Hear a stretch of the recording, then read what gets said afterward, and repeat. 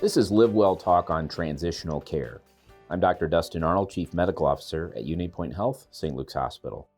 Everyone hopes to go straight home from the hospital after illness or surgery, but that's not always the case.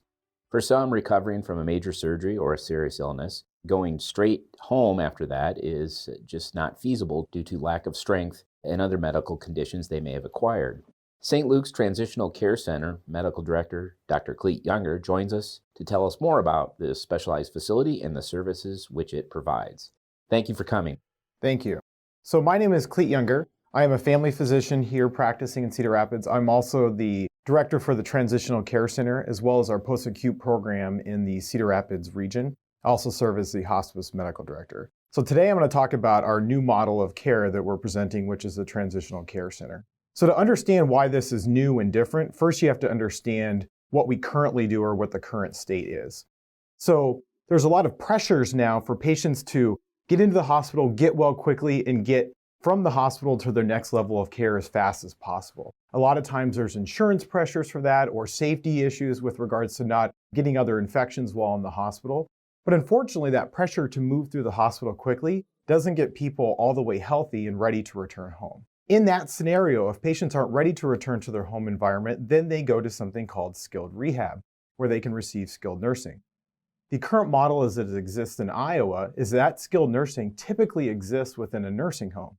So there'll be a section of a nursing home that is incorporated or separate from the patients that are there for long-term care, where a patient will go after they leave the hospital, but direct from the hospital, where they will then receive rehab and nursing care in that nursing home setting. They'll be there for a period of 2 to 4 weeks, get stronger, have their medical conditions managed, and then return home. Now, some of the rural hospitals have what's called swing beds, where they can actually do that inside their hospital. St. Luke's is too big. We don't qualify. So the challenge with that is that patients still have to go to a nursing home in order to receive that care.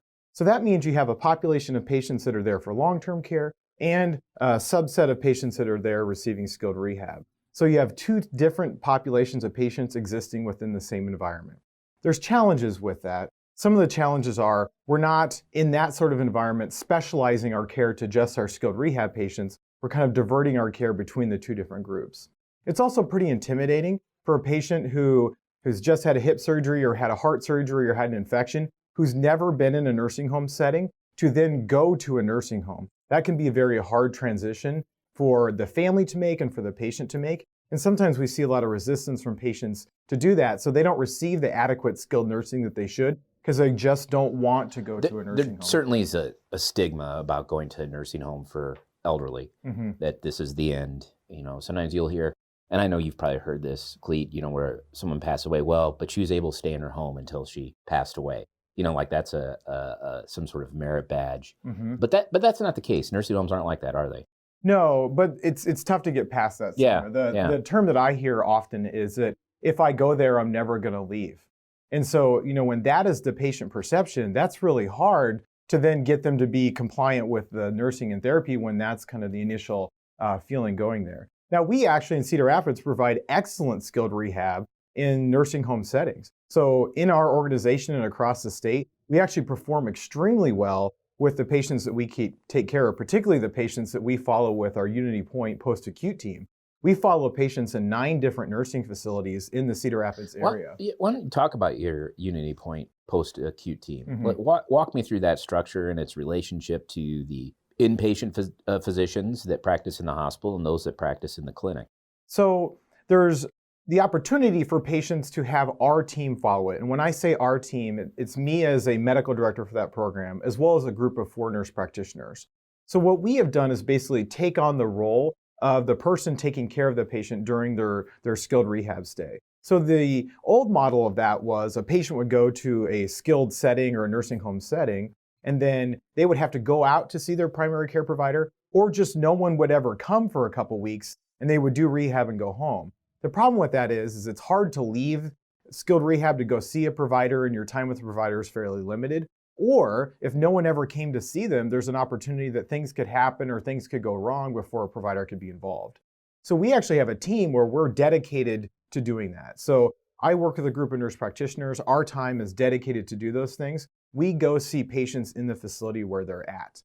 So by doing that, we can provide the service to them where they're located at receiving their skilled nursing, but we also have lots of access. So if a patient is getting sick, or if a nurse calls us from a facility saying, hey, this patient isn't doing well, or pain's not controlled, or we're worried about an illness, we can react to that by having a nurse practitioner come physically see them where they're at and intervene.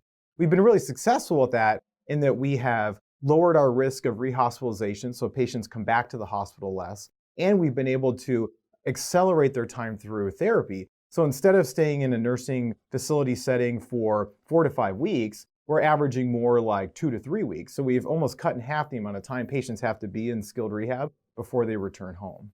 That's great. I mean, and even if they do get readmitted, I've found that it's more of a strategic readmission because they come back for a single purpose and they use less resources rather than just being sent to the ER after hours. Yeah, we really try to own that skilled You certainly do, yeah. When they come to our care and our post-acute team, we are very vested in that patient's outcome. We want them to have a good outcome. We want them to get back to their home setting. We don't want bad things to happen. And we take that on very personally. And I am very fortunate that I work with a group of nurse practitioners who are not only very clinically skilled, but they are very passionate about their work. They're all geriatric nurse practitioners, so their training background includes being a nurse.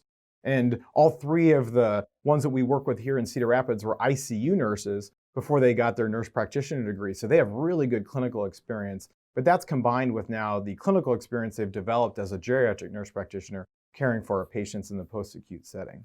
You know, in probably 2006, that was my idea to put a nurse practitioner at Manor Care. And it was, you might remember Julie Shaw. And that was, people looked at me like I was crazy. And I had to shop around at nursing homes. And it was Manor Care. I went to all of them. And they just, that's not something we think we'd be interested in. And so, but it's been proven to be a model that works and works well. Yeah, I think finding the ways to extend physician care by using physician assistants or nurse practitioners has been a very good model. So you can take what one physician can do, because we have a physician shortage in Iowa. We just don't have enough physicians for everything. Nurse practitioners and physician assistants can help fill that role to really extend those physician services. And I really enjoy the fact that nurse practitioners bring a really unique background because they were nurses before. So they really know a lot about the nursing details plus their clinical knowledge. And they can provide thoughts and ideas and treatments that, sometimes I don't even think of as a physician because I haven't had that experience. Right, absolutely. That's a great point. Tell me about the new facility. What's its capacity? So the difference with this current facility is the Transitional Care Center is all skilled rehab. So there no long-term residents. No long-term residents at all. Everybody that comes to that facility is there for a short period of time. Then they're transitioning to home or to a different environment. So the entire building is focused around that transition from hospital setting back to a home-like environment. So we are currently licensed for 48 beds. The facility is 46,000 square feet, and the entire structure of the building was based around our experience in post-acute care for the last several years with our team model with nurse practitioners. We basically built the building to try to make that process work as efficiently as possible. So everybody there is working towards that skilled rehab stay specifically. So the nurses, the therapists, people that do cooking and cleaning, everybody knows that the patients are transitioning through that facility. So there's a very positive vibe of we're all trying to get from this place where we're in the hospital back to a home setting. Really haven't had the data to show that's influenced readmissions. I think it's gonna. I mean, I think that's gonna happen because it opened in September? It opened August 28th. August 28th. All right, well, a month behind there. So physical therapy, occupational, speech. Yes. All offered. All offered. We are very fortunate that with a new facility, we have lots of space. So space is a big deal. So if you're sick or if you've had an orthopedic injury. It's also the final frontier. Yes. So space, having that space to move around and do it safely reduces falls. There's also the effect of reducing infections. So we are very blessed with lots of space in our facility. We have an enormous therapy gym with multiple different available modalities and different things that patients can train on, like curbs and doorways and stairs, so that they can practice things that they're going to need to do before they go home. But it also gives them lots of space. So we have more privacy for patients. We have lots of space for patients to work. We have lots of spaces for the therapists and the nurses to work around them. And it just makes the whole experience safer, and you just don't feel as crowded and rushed when you're in a new setting. We also have lots of windows, so your experience with the environment is also much better because you can see natural light. People can experience a normal day and nighttime sequence, and that really helps patients get better. So if I'm a patient, I'm going to have surgery and I have medical conditions and I know that I'm not going to go from hospital to home. I'm going to need that transition. Mm-hmm. Can I visit ahead of time if there is space available and say, yeah, this is where I want to come and see it before I have that surgery? Yes.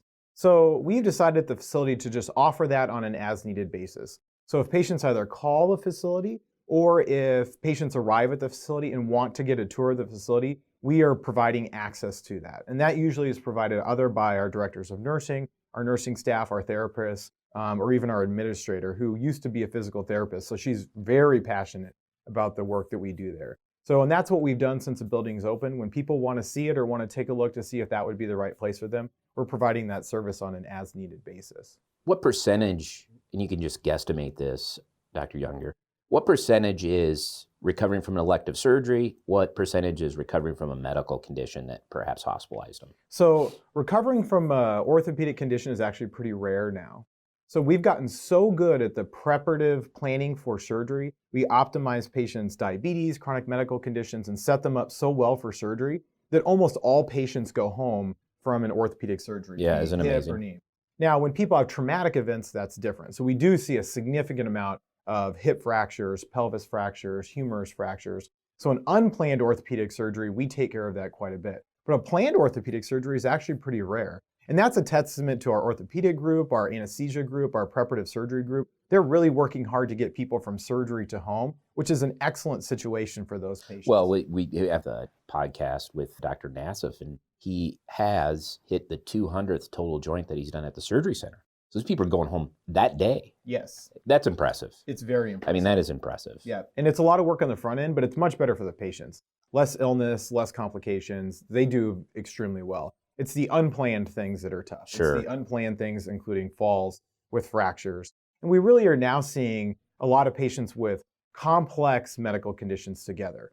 So what we really work hard in and what we probably specialize in the best is managing multiple medical conditions together. So this is heart failure, diabetes, plus complications with orthopedic joints, arthritis, and cognitive problems. Because when you combine all of those different things together, the way you take care of a patient gets complex very quick. And you need somebody to look at the patient's case from a general view. Having involvement of our specialists is extremely important. And we have very tight connections with our specialists. And we reach out to our cardiologists, kidney doctors, endocrinologists often when we have specific questions.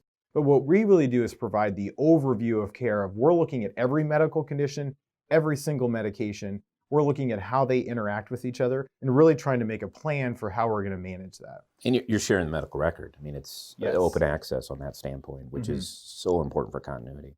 Are you worried about mission creep? Are you worried about perhaps maybe a higher acuity slipping into the facility, trying to keep the hospitalization short, but still treating the patient?